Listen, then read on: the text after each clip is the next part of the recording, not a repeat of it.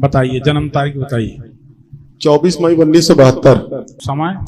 समय तो गुरुजी नहीं मालूम, लेकिन प्रातः काल का समय है। कहाँ का जन्म है? फैजाबाद।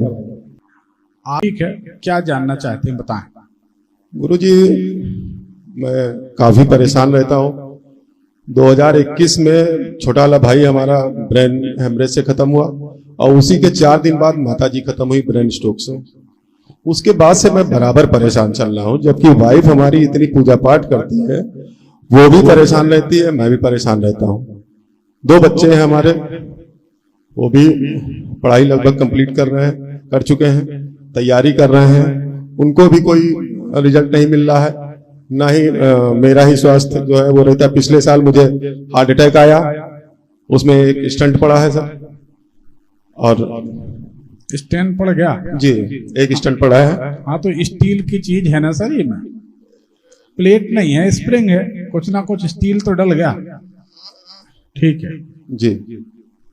और कोई ना कोई बीमारी गुरुजी लगी रहती है, कभी पेट से, कभी मुंह से, यही सब जो है परेशान रहता हूँ। वाइफ भी हमारी बहुत परेशान रहती है, वो भी जो है उसको भी कुछ ना कुछ, कभी हाथों में दर्द, कभी पैरों में दर्द। वो पूजा पाठ भी इतना करती रहती है, उसके बाद भी जो है कभी कभी यहाँ तक हो जाता है कि 2-2, 3-3 दिन हम एक दूसरे से बातें नहीं करते हैं, जबकि आजकल मोबाइल का जमाना है। हर 10 मिनट में आदमी फोन करता है किसी भी चीज के लिए, लेकिन आज 2-2, 3-3 दिन हो जाता है, ऐसी स्थिति आ जाती है। रात में 11 बजे के बाद जी रोजाना सिद्ध कुंजी का स्तोत्र का देवी का पाठ जी और हनुमान बड़वानल स्तोत्र का पाठ, जी, ये 2 पाठ आप करने लगे, परमात्मा चाहेंगे तो 3-4 दिन में फर्क आ जाएगा आपके जीवन में। जी, ये 2 प्रयोग आपके लिए बिल्कुल नींव के पत्थर साबित हो सकते हैं और आपकी जिंदगी बदल सकती है। जी। और जो वाइफ जो परेशान रहती है, इसके लिए क्या करें? चाहे वाइफ के लिए, चाहे बच्चों के लिए, चाहे आपके लिए, जी, सब पर सब एक साथ। हनुमान जी और दुर्गा जी से बड़ी तो कोई समस्या नहीं हो सकती। जी जी, वो ठीक हो जाएगी। ठीक। एक्चुअल में जहां आप रह रहे हैं जी, जो भी है वो आपका घर दूषित है, दूषित है। उसके कारण ही परेशानी है। जी, तो इसका उपाय गुरु जी? यही है,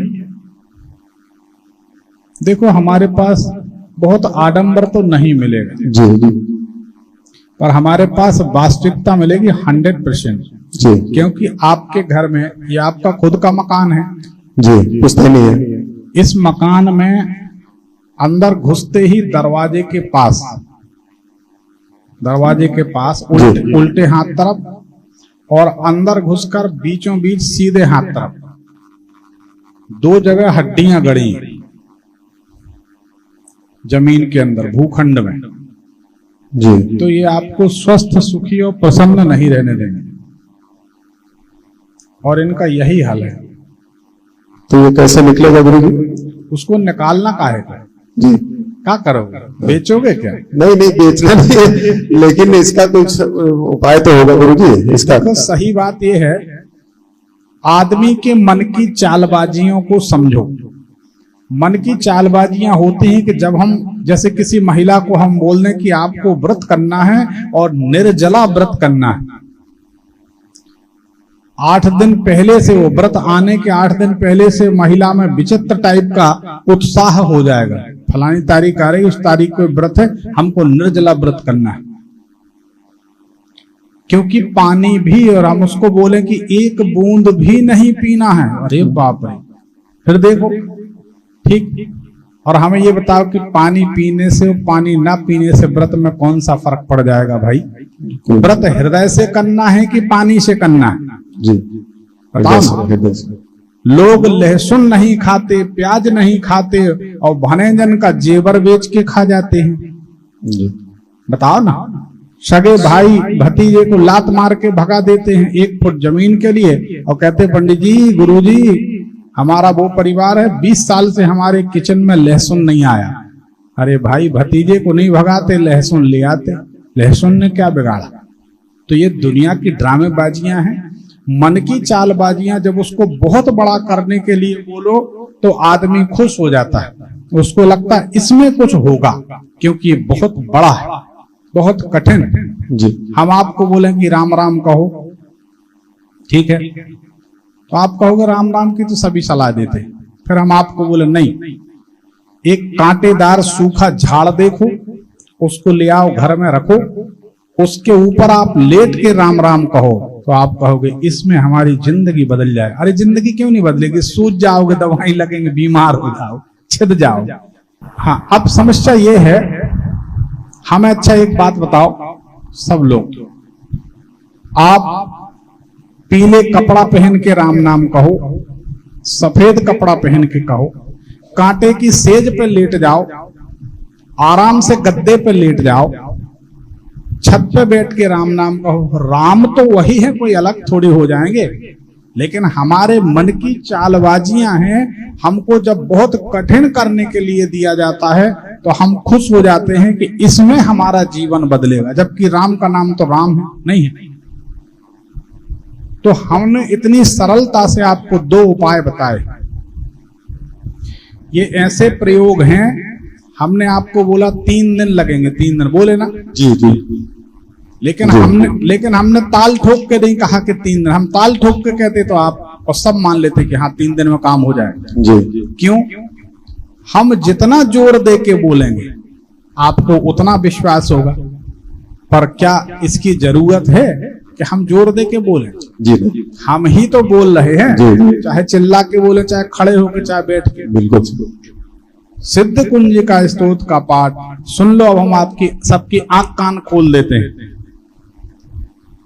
सिद्ध कुंजिका स्तोत्र में लिखा, आप लोग कवच करते हैं, कीलक करते हैं, अर्गला करते हैं, ठीक है ना, सूक्त के पाठ करते हैं, जबकि कुंजिका स्तोत्र में ही लिखा है ना कवचम, ना अर्गला, ना स्तोत्रम, ना कीलकम, ना सूक्तकम, ना रहस्यकम। लिखा है कि नहीं? अगर पढ़ा हो किसी ने तो लिखा है सिद्ध कुंजिका स्तोत्र में ही स्पष्ट लिखा है, कुंजिका पाठ मात्रेण, मात्र कुंजिका स्तोत्र, कुंजिका पाठ मात्रेण दुर्गा पाठ फलम लभेत। कुंजिका स्तोत्र मात्र के पाठ करने से दुर्गा सप्तशती के पाठ का फल मिल जाता है। 11 बजे रात के बाद आपके दूसरे पहर का चौथा चरण हो जाता है। जब 11 बजे रात के बाद आप सिद्ध कुंजिका स्तोत्र का पाठ करते हैं और हनुमान बड़वानल स्तोत्र का पाठ करते हैं, तो डाकने, शाकने, भूत, प्रेत, पिशाच, बेताल जो भी आपके घर में है वह 9, 2, 11 हो जाते हैं, ठीक है। लेकिन हमने उसको सरलता से बताया, समाधान पहले दे दिया, समस्या बाद में बताई, तो आप उलझे रह गए कि इसका हल कैसे होगा। सबका अलग अलग हल थोड़ी, एक ही हल है। गुरु जी, जैसे शनिवार और इतवार को ही मैं घर पे रहता हूँ, बाकी दिन लखनऊ में रहता हूँ, जॉब करता हूँ। लखनऊ में हनुमान जी नहीं जा सकते क्या, कि दुर्गा जी नहीं जा सकते? नहीं, जैसे यहाँ पे जो समस्या है, समस्या तो इस घर पे, जैसे आपने बताया कि घर दूषित है। भाई सवाल ये नहीं, आप हमारी बात को समझो जी। जो कुंडली से और प्रश्न कुंडली से आपके साथ समस्या चल रही है, उसका निदान यही है।